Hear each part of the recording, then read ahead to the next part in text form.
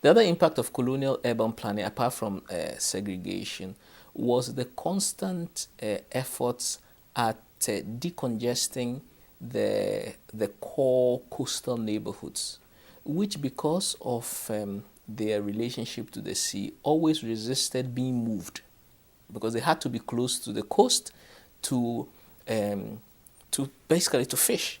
Now, disasters played into the hands of the British administrators in two main ways. There was a big bubonic plague in 1908. Now, the bubonic plague led to a lot of devastation and deaths.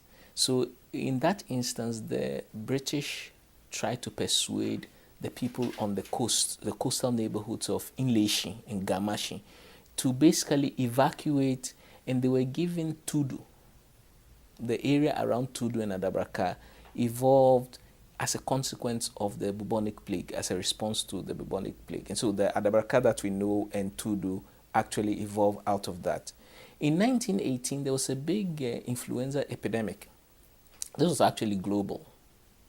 The influenza epidemic was global, and the epidemic was triggered by the soldiers that were traveling from Europe in the ships and going all across the world. So, in fact, the ships were incubators of influenza.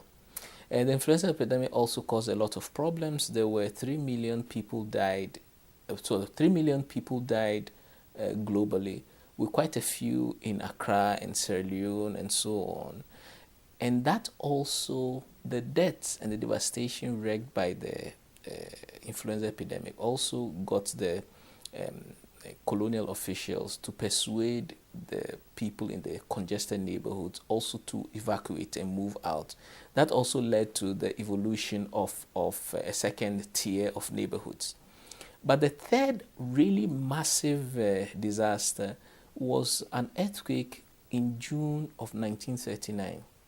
Now, this earthquake caused much worse devastation than either the bubonic plague or the influenza epidemic. And it was out of the earthquake that places like Kanishi were developed. In fact, the case of Kanishi is fascinating because the